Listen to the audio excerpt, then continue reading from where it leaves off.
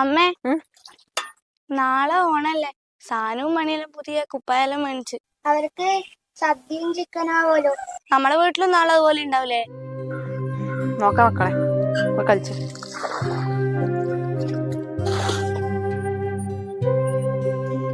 മക്കള് പറഞ്ഞത് എന്തൊക്കെ നിങ്ങൾ കേട്ടിനാ? നാളെ ഓണാന്ന്. നല്ലൊരു ദിവസമായിട്ട് അവർക്ക് നല്ല ഭക്ഷണവും ഇല്ല, നല്ല ഡ്രസ്സും ഇല്ല വെച്ചാൽ ചെയ്യാ. എല്ലാ ദിവസവും നേരം പോലും പണിയെന്ന് പറഞ്ഞ് പോകുന്നുണ്ടല്ലോ. എന്ത് മലവരിക്കാൻ നിങ്ങൾ പോന്ന്?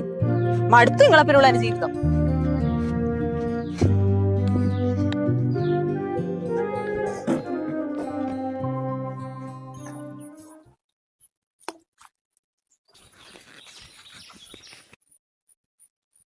എടാ ഇയാളങ്ങ് ഉത്രാടായിട്ട് ഇടി ഇങ്ങനെ ഇരുന്നേ.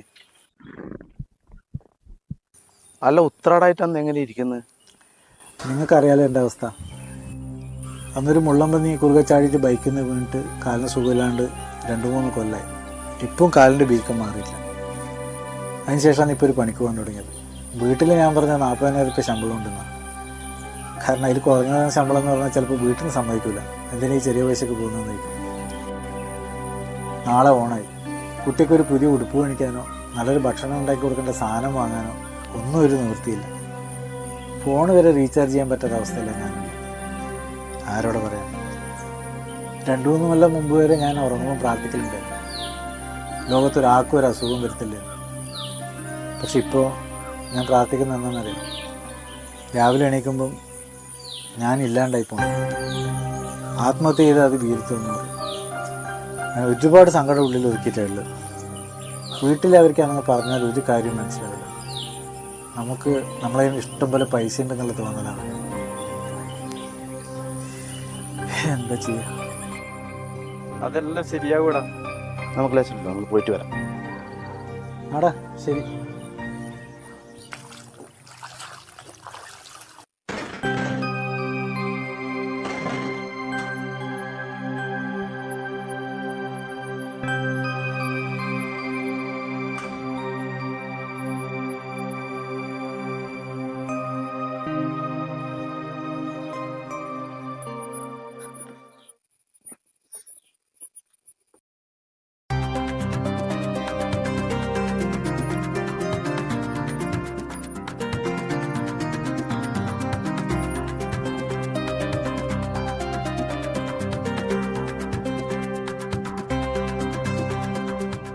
ഈ ദൈവം എന്ന് പറയുന്നത് മനുഷ്യന്മാർ തന്നെയാണ്, അല്ലാണ്ട് പള്ളിയിലും അമ്പലത്തിലൊന്നും അല്ല.